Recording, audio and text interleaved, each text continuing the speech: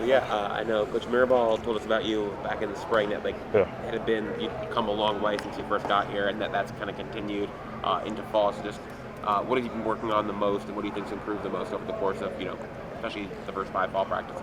I just knew since I was trading places with Jalen Rivers every other drive, I just knew coming into this year I had to play a full game, and so the first thing I wanted to attack is my condition. I got to get in game shape, good enough shape, you know what I'm saying, to play a full game and play at an elite high level. So that's my biggest one. And you was talking about how you went to Frisco to train during vacation time. Just what did you learn from that 5, 6, 7 days you were out there? We did a lot of mobility. We did a lot of core strengthening training. We did a lot of hip mobility. We did a lot of stuff, but football wise, man, we did some of the same stuff we do here. You did some of the same stuff we did here. Did it at a high level. So How did that opportunity come about? I reached out to him. I reached out to him, and I just knew we had a discretionary week. And so that was my only free time, I guess. And so I just went out there and trained. Kel, what's up? I know Coach Mirabal, he said a lot of great things about you, but what's one thing that Coach Mirabal has taught you or that sticks with you that has elevated your game? One thing he's been emphasizing since day when I came here, he's just saying next play mentality. So whether it's good, bad, you know what I'm saying, keep being level-headed and just go to the next play. And obviously playing next to Matt McCoy, how have you seen him grow over the last year or so? Yeah, man, playing with Matt has been great. And playing with anybody that left guard has been great. Communication's on point.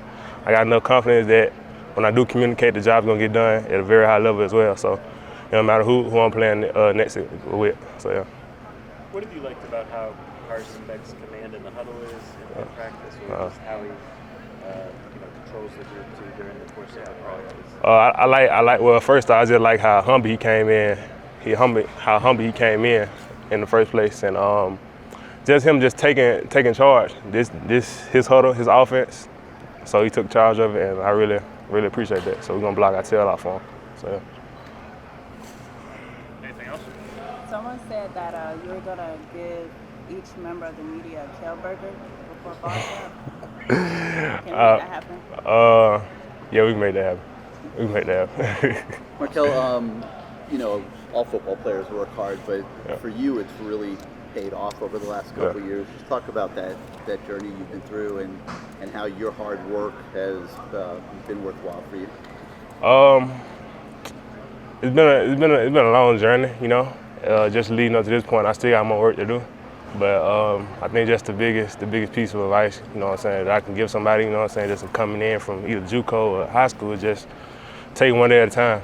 You're not gonna be perfect. You're not gonna be a Hall of Famer in one day, and so you're gonna be behind because you're just not coming in. But taking one day at a time, you're gonna find yourself surpassing people. How far behind did you feel at the beginning? It was a whole 180. It was a whole 180 coming from JUCO, but I turned 1 degree every day, so we good. In the beginning, they just threw you out there and you had to swim. Was it times that you got kind of low on yourself? And talk to us about those moments. Yeah, man. Even though I did, sometimes mess up, I knew for a fact that I was gonna get better. I wasn't always that good in JUCO as well. I had to come from high school, and I got better in JUCO. Now JUCO come to here, I had to get better. So I just knew hard time, it wasn't gonna last. So yeah. Anything else? Cool. Thanks, Cal. Thank you. What's up? Just how is camp been coming along for you guys?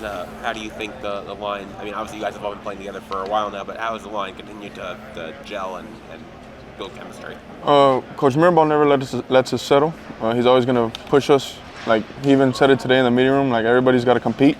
No one's spot's guaranteed, you get what I'm saying? Like, everyone's got to compete. And yeah, there's obviously the guys who are, they're going to play, but everybody's got to compete and push each other because that's the only way we could get better. If everyone's comfortable in their spots and their roles, then there's no growth. Ryan, you are competing at multiple spots on the line. Just give us an update on where you're at right now As a guard, as a center? Yeah, I've been getting reps at guard, center, and wherever coach puts me. I know what to do at all 3 spots if I really had to do it. If whatever coach tells me to do, though, I just go out there and do it, and that's really it. I don't ask too much. As one of the veterans in the room, just how have you seen some of the young guys, like the freshmen, the second-year guys, come along? I was waiting for that one. We've got great growth everywhere. I got young guys, not really young. Nino Francavilla, he's a little bit older, but he's really been pushing himself. He's working. Juan Manaya's been working. Derek Pla's been working. SJ, Max, Jaden, Demetrius, all been coming up. Those are freshmen. They're working hard under Coach Mirabal. You know, we're taking them under our wing, and we're teaching them how to do things. All those things play an effect, and I think all of them are going to really, you know, they're going to pan out, and they're going to figure their way out. Is this the deepest group you've seen since you've been here? Yeah, I'm not gonna lie, in my years, I feel like this is the deepest we've been. We have talent everywhere. We got guys backing up guys that are talented and I feel could start other places. That's really the big thing though. If everyone can buy in and we could just be a unit, we'll see what we could do. Ryan, what role do you play in this group? Leadership-wise, what role do you play? Whatever they need me to do, really. I don't show up and I'm like, I gotta do this. Like, if someone's struggling that day, I'll go out and talk to them and I'll lift them up. If I see a starter having an issue, I'll talk to them. I expect the same though from everybody else. Like, I want to be held to that standard as well. Alex Mirabal was talking about how a lot of guys like in the O-line room have stuck around, even though like they could go start. Like, you could go potentially start somewhere else, or Samson was a 5-star prospect. He could go and start somewhere else. You know, if they transferred, but pretty much everyone's stayed here. So why do you think, especially in the offensive line room, and what kind of culture keeps guys here? What you just said about Samson's completely true. Samson's a dog, and I feel he could start everywhere too. And he's waiting on his turn just like me. You know, we're just here whenever our opportunity comes, however everything may end up. If our opportunity is called, I can guarantee you that me and Samson will be ready. Is that tough at times though, having to wait, especially for you going last year, just knowing that opportunities are there, but still having to wait to actually get that chance? No, it's not tough. Last year I got my start. Unfortunately, I got injured. Things happen. I can't go over there and feel bad and dwell on it, but I guarantee, I promise you that I came, I busted my butt, and I was back for Syracuse with a broken leg.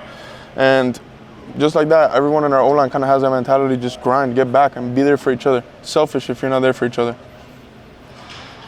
Anything else? Cool. Thanks, Ron. Thank you, guys. Good to see you. Yep. James, I remember you said in the spring, basically you got here, you learned, had the playbook, everything down pat by the start of spring practice. Just how has that all kind of carried over into the fall? We've continued to install new things and, create some more wrinkles. So at the end of the day, you've got to, come ready to learn, ready to work. And every time you install something new, you got to be able to know it better than anyone else as a center, because you got to, send guys in the right direction. And you got to be on the same page with the quarterback and the offensive coordinator also. How important or how good is it to finally start getting some on-field reps with Carson? How much did your guys' relationship over spring carry over into being able to do what you guys are doing now in the fall? Yeah, it's been awesome. I think that's probably the biggest difference between spring and fall camp. Obviously, Carson was here in the spring, and we got to talk through a lot of stuff with him and, sit meetings together and do all that. But at the end of the day, being on the field is not something that can be replaced by doing anything else. And he's been great. He's really, really smart, really cerebral, and understands the way coverages work, the way points work in the run game, and he's really into football, and he's got a great understanding of how everything works, and he's a great person to work with. How have you seen SJ Alafituli kind of grow since he got here in the spring? He's been great. He works his butt off every day. He comes to work with a great attitude, and he's a phenomenal athlete. I think he's one of the stronger guys in the O-line room, honestly, and he's not one of the biggest guys at the same time. So he's a really good athlete. He's got a great attitude, a great person, and he's gonna be a great player. And I know still a long way to go till season opener, but I know you come from a big football family. So just the excitement of opening against Notre Dame. I know it's weeks away, but just how exciting is that? I guess how cool is it to open the season with such a big marquee matchup? Yeah, that time will come when it gets here, but we're kind of just focused on fall camp, and we're focused on the Miami Hurricanes right now. James, now that you've been here for a full spring, a little bit fall, and had a lot of time to work with Coach Mirabal, what stands out the most about the way he coaches and just the way he is as a person? I say just his passion for everything really stands out, and it's not something I've really ever been around, to be honest, at that level. He's super, super intense in everything he does. He comes to meetings the same way he'd come out to practice. He's in everyone's faces. He's always barking, and he's ready to go, and he brings a lot of fight to the party. the adjustment been like meshing with this new unit that you have within the first few days of practice? It's been great. I think that was one of the best things about getting here for spring ball was having that time to mesh with the other guys and learn about the guys in the room. They can learn about me as well, and just by being able to do that, we've been able to hit the ground running. Anything else? Cool. Thanks, James. Thank you. All right, thank y'all. Have a good one. You too. How are you? Good, how are you? Good. How you feel like fall camp been going for you so far? It's been going well. It's a lot of competing and just everybody's getting better. It's just a circle with no jealousy, so it's just a lot of competing and having fun with my guys. So, it's a lot. Coach Mirabal was telling us about how last year you were dealing with a shoulder injury and basically fought through it throughout the season. Just what was that like for you? Just making sure you were ready to play, ready to practice, and how was the recovery after the surgery? So going through that season with that shoulder labrum injury, I did a lot of rehab and I just stayed on top of it maintenance-wise, and I was completely fine during the season. Like it wasn't nagging me or anything. So. I just took care of it, and after getting surgery though, after the season, the recovery was very quick, to be honest. I've been through it a couple of times, and I know exactly what to do, and I feel like I came back really quick, and it feels better than ever now. And it was your right shoulder? Yeah, my right labrum. Yeah. Coach Mirabal said that as soon as it happened, when they said surgery might be an option, you said no, I'm playing through the season. Exactly. What made you decide, hey, I'm making sure I'm toughing out? What made you mentally want to make sure you were able to be out there? It was just my chance to play, and I just knew I couldn't just give it away, and I knew whatever it takes to block and do my job is what it is. I get paid to do what I do, and I got to make sure I do it. So. Did it limit you though? No, it didn't limit me. I made sure it didn't. I literally did a lot of maintenance on it. Like I made sure it was strong enough to, never come out, and make sure I was good enough to play. So I never thought about it. I just made sure I was on top of it and just did my job. So. But now that it's fixed, are you a better player now? I wouldn't say I'm a better player. I mean, I'm just saying I'm growing as a player in general. I wouldn't say a shoulder doesn't make me a good player or not. So I just keep competing and just keep fighting with my guys. So.